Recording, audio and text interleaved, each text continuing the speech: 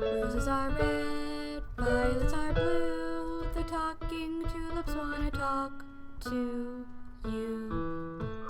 Hello, everyone. Welcome to this edition of the Talking Tulips. I'm Kaya, and I have with me today Sam, Karina, and Maya from the Tulip Court. Say hello, everyone. Hi. Hello. So today, in honor of our literacy program, we're going to be talking about our favorite books, some of the books that we like from childhood, some that we like now, what have you.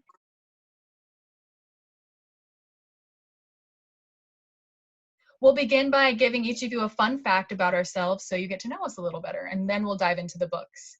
So I'm just going to go in a circle from what I see. So Maya, why don't you begin with a fun fact about yourself? A fun fact about myself is that I climbed the Comba Temple in the Maya ruins in Mexico, and I'm definitely afraid of heights, so I was facing my fear, and that's one fun fact about me. That's really cool. All right, Karina, now you go. A fun fact about me is I lived in northern India for a study abroad program with a homestay family, and I will talk about it with anyone who wants to talk about it with me. So ask me questions later because I have lots to say. Definitely. And Sam? Hey, one fun fact about me is that I have traveled to at least 25 different countries. I'm so jealous. Awesome. What was your favorite one, like off the top of your head, if you had to pick one? Italy, because I lived there for 3 years. Wow, that's really cool. Mm-hmm. So all of my fun facts kind of flew out of my head. So let me try to think of something. 1 hour later. Okay, this is really random, but I really love the show Scooby-Doo. And like I know 3 of the Scooby-Doo theme songs like off the top of my head. I'm not gonna sing them now. I won't subject you to my singing voice, but like I was obsessed with that show as a kid. So there you go. That's all about us. Now I'm like singing the theme song, like. Same. It's such a classic. Okay, so let's start talking about our books. I wore my Stephen King shirt in honor of our discussion today. So who would like to begin? Maya, you go. Alrighty. First off, okay. So when I was younger, I was always into reading because my dad was a really big reader. So that's the only reason why I enjoyed reading, because he would read to me. To have all of the hardcover Winnie the Pooh book collection books. I couldn't tell you where they are now. I tried to search for some. Sadly, I do not have any books from like my childhood. I don't know where they all went. I literally have no idea, but like I didn't think about it until we brought up this discussion and like had to look for books, and now I'm like, wow, like where did my childhood go? Because like I had a lot of books that I enjoyed reading. And going throughout like middle school and high school, I wasn't into reading as much as I was when I was like younger. Like I loved all like the Diary of the Wimpy Kid series. Like I had to get all of those at like the book club things that would go on. And when I got into like high school and middle school, I would read the same book over and over again because I couldn't really find something that stuck out to me or something that I enjoyed enough to read. But just recently, for my birthday in June, during quarantine, I had to find something to do. My mom bought me this this little book, and it's like a self-help book, and it's like how to stop doubting your greatness and start living an awesome life. And I found myself liking these books a little bit more now that I'm older. And some people are like, oh, self-help books, like I don't like those, really. They get turned off by them. But like this author is like good. She's funny. She makes jokes about everything. And I found myself like relating to a lot of the material in the book. So I was like, this is good for me. And this is something new. I never read a book like this until this year. So for me, I'm going to be more towards like, you know, the novels of like the self-help and like how to better yourself and be more positive and that's what I have for my books. I wish I had more about my childhood books and my favorite books, but I don't. And I have a box over here full of like old stuff. I didn't even think to go through it, and I don't even think I have a book in there. So like my childhood's missing. So I hope you girls can bring me some nice stories. We'll try. Yeah. I'm sorry. Winnie the Pooh's great though. It is, and they have a museum about it in Boston. I haven't got to make it there yet, but it's like based on like the whole like, you know, the original Winnie the Pooh. So I'm like, oh well, that's like the closest thing I'll ever get to it again. Which one was your favorite? I couldn't tell you off the top of my head. I know that there was like different colored ones. I know like the blue one. I know the red one. There was a green one. I just remember the vision of it. I don't remember actually reading them start to finish, but I would have to say Piglet was probably my favorite. My favorite too. That's so funny. Yeah. So I do remember those aspects, but like I just don't remember, you know, actually reading the book, but I just remember having all of them in like my little book collection. Yeah. Okay, Karina, you're up. Thanks for sharing, Maya. That's sweet. I hope you can find the Winnie the Pooh books, like if not yours, like now, like somewhere, so you can like go through them again. Okay, I picked 3-ish for different stages in my life. I'm going to share The Witches by, it's backwards, Roald Dahl. Roald Dahl was like pretty important author in my life. He also wrote Matilda, which was turned into that excellent movie that I hope you've all seen. If not, I'll find the DVD and we'll watch it. Also, obviously, Charlie and the Chocolate Factory and Charlie and the Glass Elevator. I also, with my mom, read a lot of Shel Silverstein books. He wrote a lot of like weird poetry, like quirky drawings and stuff.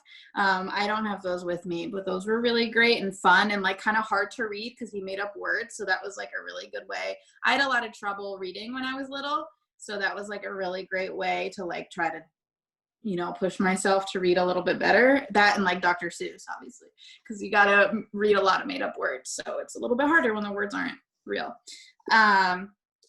Another book, and then I'm going to skip to high school. And one of my favorite books was The Fault in Our Stars by John Green. And I was really into YouTube in high school. We'll get into that another time, not on the podcast. It's a weird time in my life.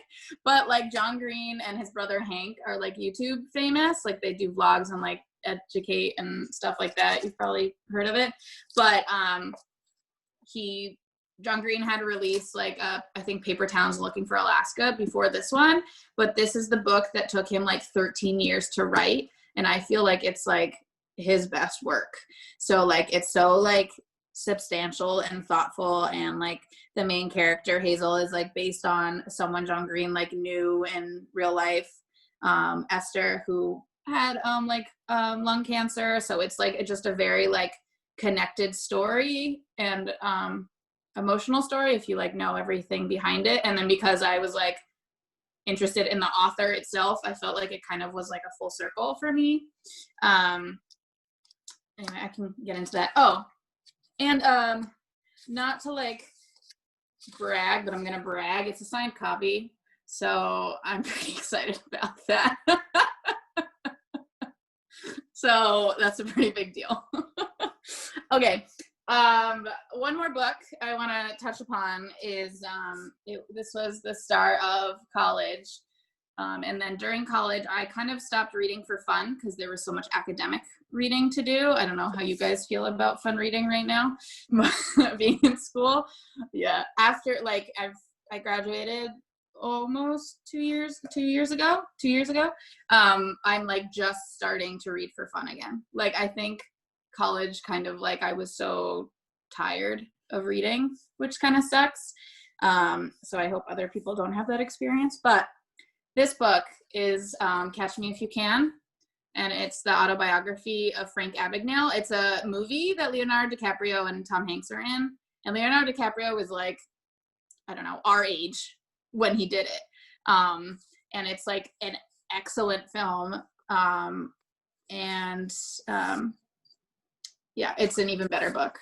I just have to add that I've seen that movie. I love that movie like 1,000 times. I didn't know there was a book for it, so now that you mentioned it, I may have to go to the library and see if I can take it out to read it. Yeah, definitely. It's an autobiography too, so it's like by Frank Abagnale. So like pretty big deal. So I've been reading a lot of books on racism and Black voices and white experts on the subject and scholars and stuff. But one that's speaking to me right now is Between the World and Me by Ta-Nehisi Coates.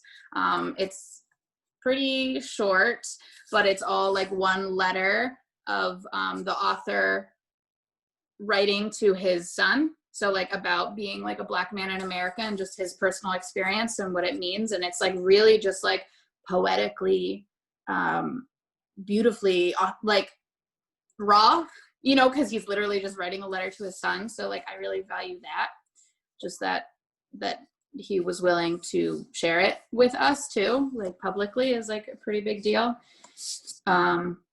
And my guilty pleasure right now, I'm going to share it with you guys, is Midnight Sun, the 5th Twilight book. It's out. It's 700 pages. I just finished it a couple weeks ago. It's so good. It's the first Twilight book by Edward Cullen's perspective, and it's like great and excruciating and incredible all at once. So I feel like that was a really good taste of who I am as a person, so I'm going to leave it there between all the things that I just shared with you guys. Sam, do you want to go? Okay, so yeah, now it's my turn about my books. So when I have a couple books with me, but I'll also tell you guys books that I don't currently have with me. And one of them, like my favorite book of all time, was this like little children's book called Philby Moon. I don't think anyone's heard of it. It's about this like little mouse creature thing, and like the moon is disappearing and he goes to try and find it. It's like super cute. And then I have Shel Silverstein, A Light in the Attic. My grandma loved Shel Silverstein, so she gave us like all the books. And then my mom used to read to me and my brother like each night, and so we read all the Narnia books, and we've lost a couple of Narnia books somehow. I don't know. And then, so that was when I was younger, and now a book that I constantly go back to and take every time we go on a trip is The Call of the Wild. I love it because it has like all animals. I mean, it's sad, but I love this book. And then a series that I have been really into recently kind of is the Miss Peregrine's Home for Peculiar Children. The book was awesome. I saw the movie. It was freaking weird because it didn't have anything to do with the book. And then a book from the world's best person that I freaking adore is Matthew Gray Gubler's Rumple Buttercup. It was like written and illustrated by him, and it's just this weird little green guy, and I will literally read you his description if I can find it. Okay. He has 5 crooked teeth, 3 strands of hair, a green skin, and his left foot is slightly bigger than his right. And that's basically the whole story. It's just about this little green dude with a banana peel as a disguise. It's like the cutest thing ever, and I love Matthew Gray Gubler, so I had to get it. Well, my mom had to get it for me because she knows. And so those are my books. And I haven't really had time to read anything. Like Karina said, college is crazy.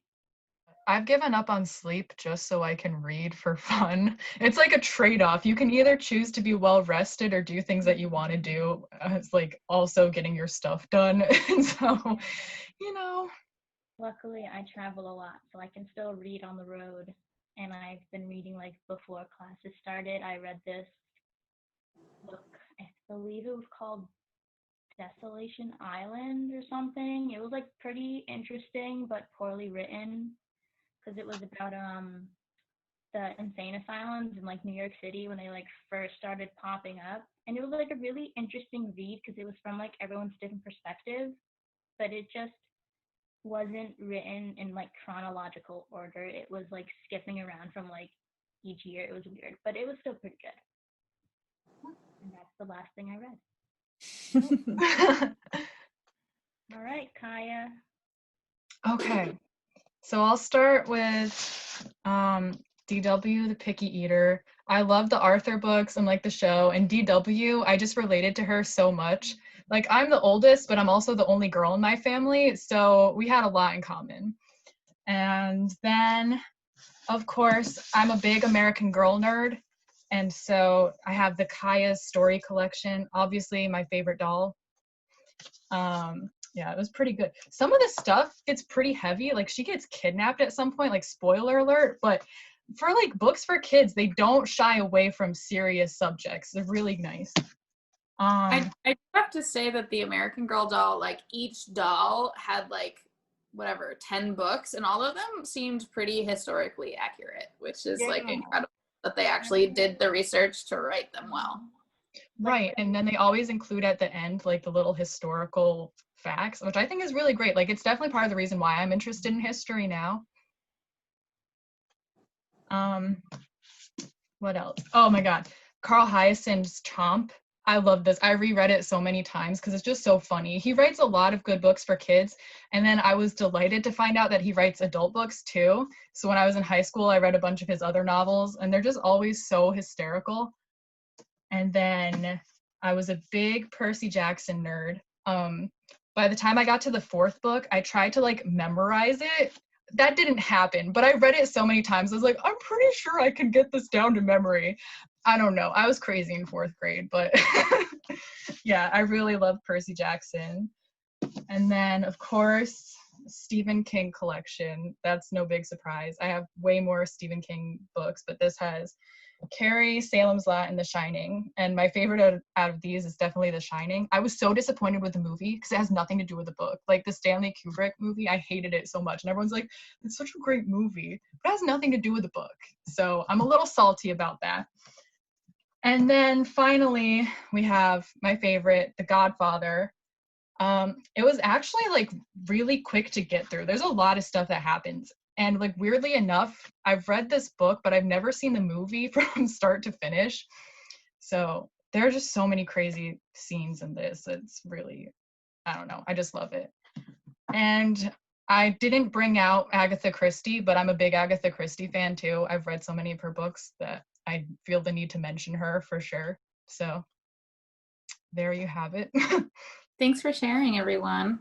Yeah, this was nice to hear about everyone's different books and what they liked reading when they were like growing up. Yeah. I feel like it's good insight into kind of like who people are. Like Kai is really into fantasy, thriller, mystery books. Yeah. I also forgot to mention when I was like younger, there was this whole like series of like animals saving people. Like I can't remember the books, like the names of anything, but like I just remember this one story. There was like this little pot-bellied pig, and it like saved this boy from drowning, and like he lived in like a community, and the people wanted him to get rid of his pig, and the only reason he was able to keep it was because like the little boy like almost drowned in the lake, and the pig could float, and so the kid like grabbed onto it and like took him to shore. And so like I read a bunch of animal like books. There was like a cat that saved a kid, and I was like I feel like that sounds vaguely familiar. I think my grandma had a bunch of those that I would like read at her house. yeah, they're like I don't remember what they're short called. little books, and they're just like full of stories. Huh. I totally forgot about that. I thought about that before this, and then I didn't say anything until Yeah, no, I love to read. I'm a total book nerd. So right now I'm reading this series. I forgot to mention, but they're gonna make a Netflix show about it. It's the Three Body Problem. It's a sci-fi novel from a Chinese author, and it's about aliens, but it's not like the typical like alien story that you usually get. It's really, really strange. I definitely recommend checking that out if you get a chance. I'm on the second book now, so. I remember really liking, what was that series? Mortal Instruments. Did you guys read those? I didn't read it, but they had a movie about it. I think they were making movies. I definitely heard of it. I remember giving up after the third book because they were too big for me. But I remember enjoying them a lot. I love all your like wide variety of books. Like I said, like I wasn't really into reading. Like I enjoyed reading, but I never really embraced it as much as like I should have. And just to hear all your different like genres of books that you all like got into, like it's really good to hear it. Because like personally, I've never read any of those books, so like it kind of makes me like curious and like want to go out and like go read them.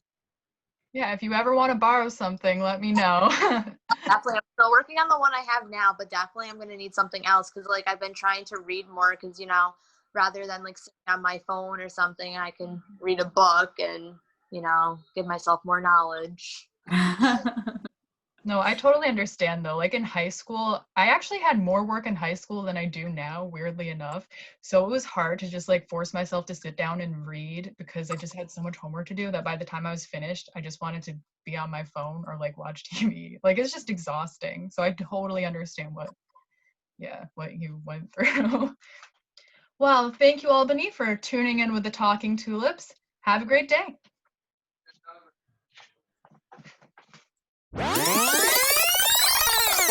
Hello, everyone.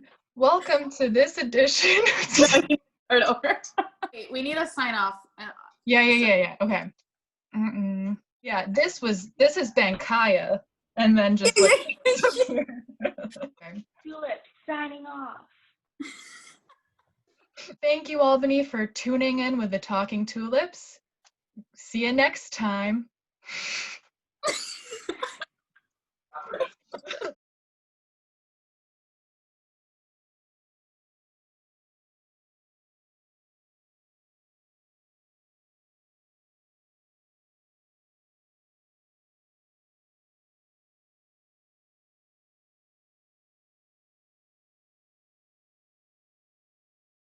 Roses are red, violets are blue. The talking tulips wanna talk to you.